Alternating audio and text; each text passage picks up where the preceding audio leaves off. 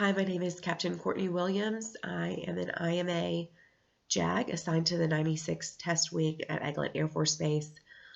I am just coming off of active duty for 4.5 years, and now I augment the legal office at Eglin.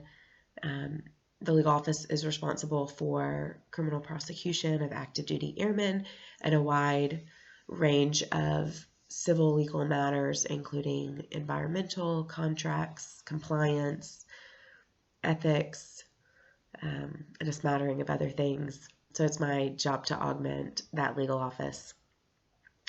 An example from my career, not directly of a unit that I was assigned to, but where colleagues were assigned, where kind of cultural and embedded mechanisms led to an organizational ethical failure, involved a base legal office that was holding back criminal prosecutions from starting on completed criminal investigations. So they were basically, law enforcement had passed on a completed criminal investigation to the JAGs, and the JAGs were not doing anything with it. They were not encouraging command to move that case to trial, if that's what was appropriate. They were just holding on to these case files for months and months and months. And a culture created by higher headquarters that cared more about numbers than people is what led to this ethical failure. So, two culture embedding mechanisms that are correlated to this failure are, one, leaders paying more attention to these timeliness metrics than to the mental health and well-being of their people. And the second is leaders fostering a no-fail environment where when people didn't meet these timeliness metrics, they were berated and belittled, rather than given kind of that freedom to fail. So the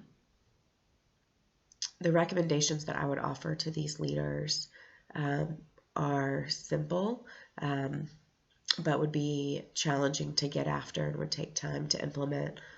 The first is they need to invest in their people. And this is kind of a higher headquarters needing to invest in that staff judge advocate at the base level who made the decision not to move these cases forward.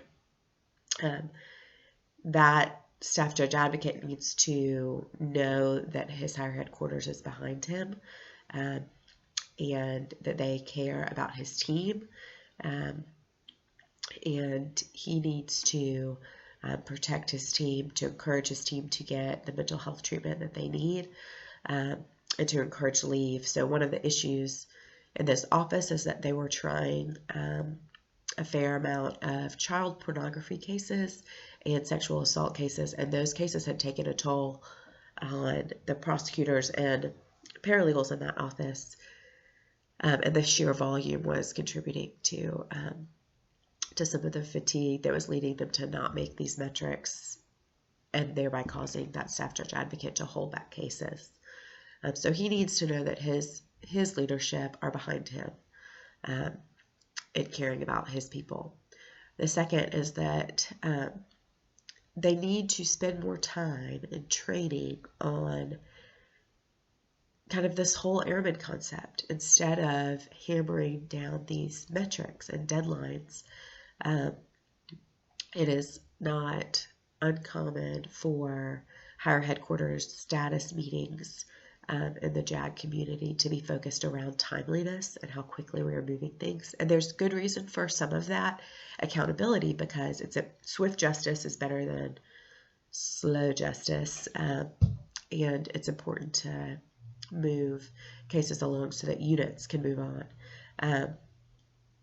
But higher headquarters needs to foster an environment that gives people the freedom to fail, to miss a deadline when it's not absolutely imperative to make it.